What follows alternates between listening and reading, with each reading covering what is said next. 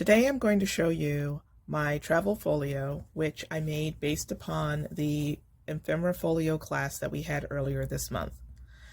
The folio the base is made from manila manila folders and scrapbook paper. So during the class we utilized graphic 45 paper. This is actually paper that I had in my stash from the shop, along with some stickers and some other things that I found around in the shop. So you can see there's a nice kind of sturdiness to it.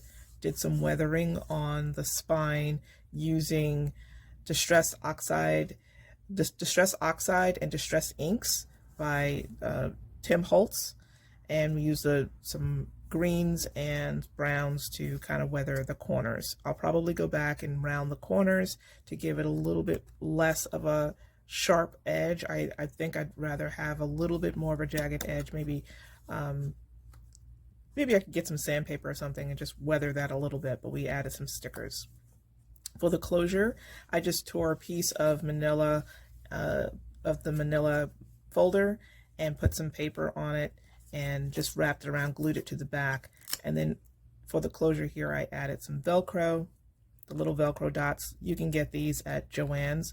I think they were about $5 or $6 for about a 20 pack, something in that neighborhood, but really handy to have, and they hold pretty good. Okay, let's take a look inside. So initially here you can see a nice open area for a lot of journaling. I did some inking here to allow a nice shading of color, the dark and the light, really giving it that weathered look. I like the green that I added here that kind of gives it some patina. Did some stamping, postcard in New York because that's where we travel to often. I like also the little navigational compass that I added up top there.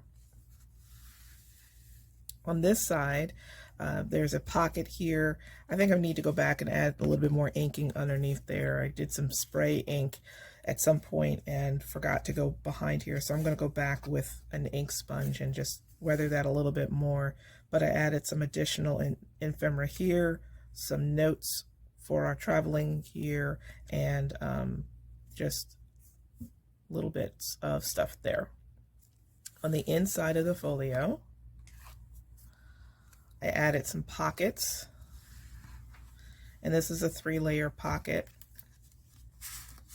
which you can put stuff on this level, you can put stuff on this level, and then finally you have the back level here, which I thought was really cool. You can, if there's some receipts or anything that you want to keep along the way or memorabilia as you travel, you can stick that in there and keep track of all of your little things.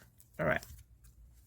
In the center, we have a pocket back here with a blank card for some journaling or anything else that I wanted to add. I'm probably going to go back and add some paper on here to give this a little bit more stability because this is a little bit flimsy, which makes it difficult to put it back into the little pocket that I created for it. So I think adding a layer of paper on there may give it a little bit more stability. In the center here, I inserted a book. I wanted to keep a lot of notes in this folio, so I went and got a mini composition notebook from the grocery store, and I glued it to the inside of this little section here. And there's a 2-layer folio that I put on the inside, so I put it in the very center, and so that gives it some nice structure here.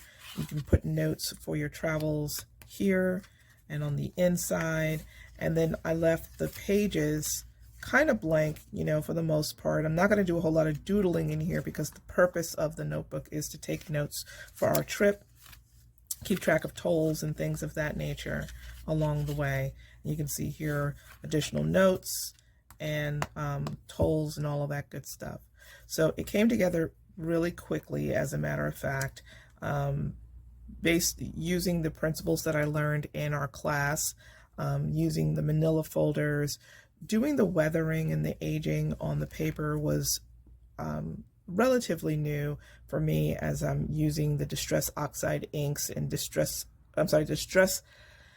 inks and oxides to utilize two different colors to give you that kind of dimension in there, and adding almost that greenish patina in there as if it were aged over a number of years. So this was a fun project to put together. I think I may do another one. I don't know, but I like this one that is small enough. It's 7 by 4. It'll fit in my glove compartment, and I might even figure out where I can stick a pen or pencil or something, so that at least I'd have some writing materials to go along with it.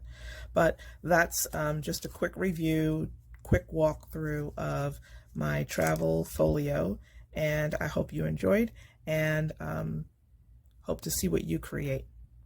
Thanks for joining.